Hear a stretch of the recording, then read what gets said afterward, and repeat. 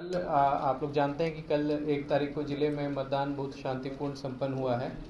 और जो एक हम लोगों ने डाटा दिया था 46.5%, वो अनुमानित डाटा था मतदान का।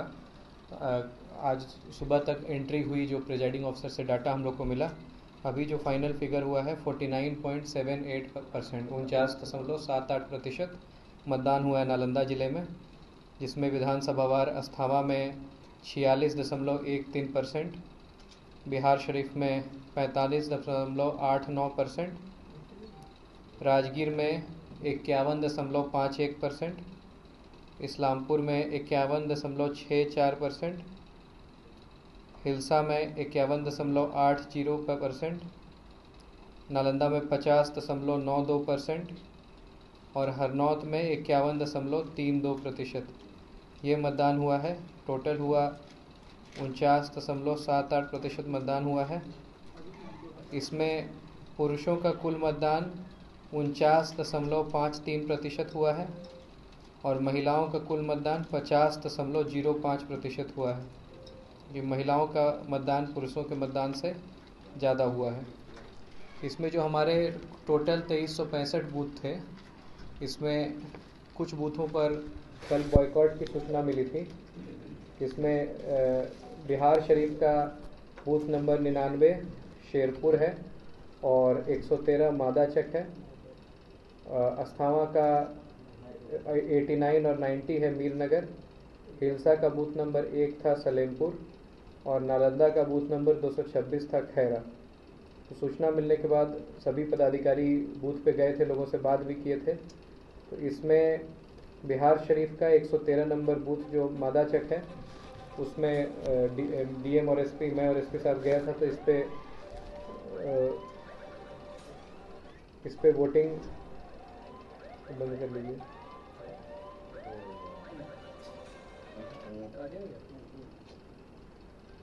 113 नंबर बूथ पे वोटिंग हुई और अस्थावा के 89 और 90 नंबर बूथ पे भी अच्छी वोटिंग हुई मीरनगर में।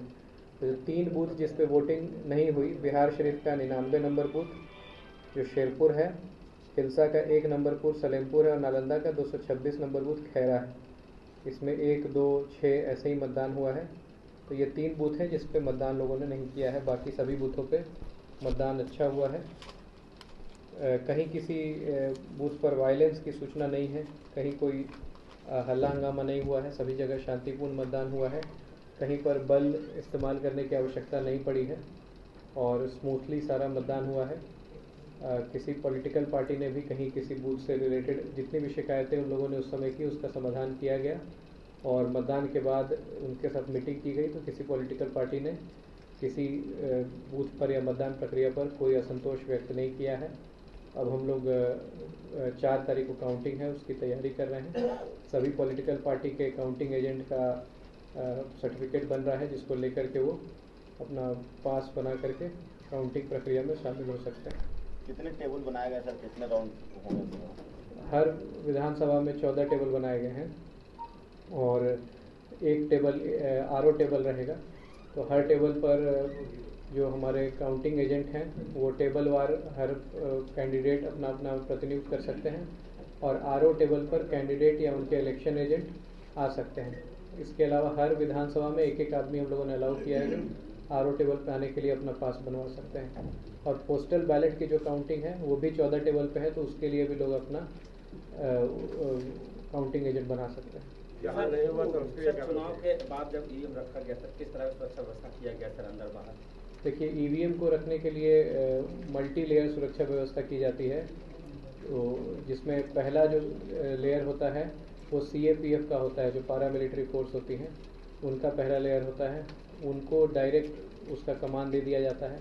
तो सभी पॉलिटिकल पार्टी की उपस्थिति में ईवीएम को जो हॉल है उसको सील करके उनको रजिस्टर सौंप दिया गया है। पहला लेयर की सुरक्षा वो करते हैं।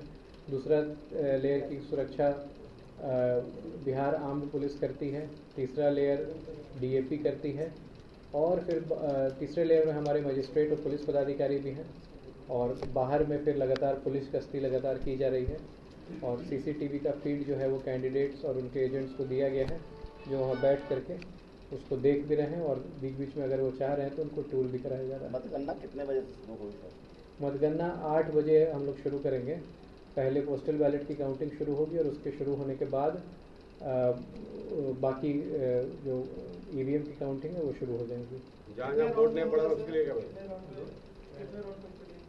जैसे वो 14-14 का राउंड होगा तो उस पर जितना टेबल है उस पर डिपेंड करता है अलग अलग विधानसभा में।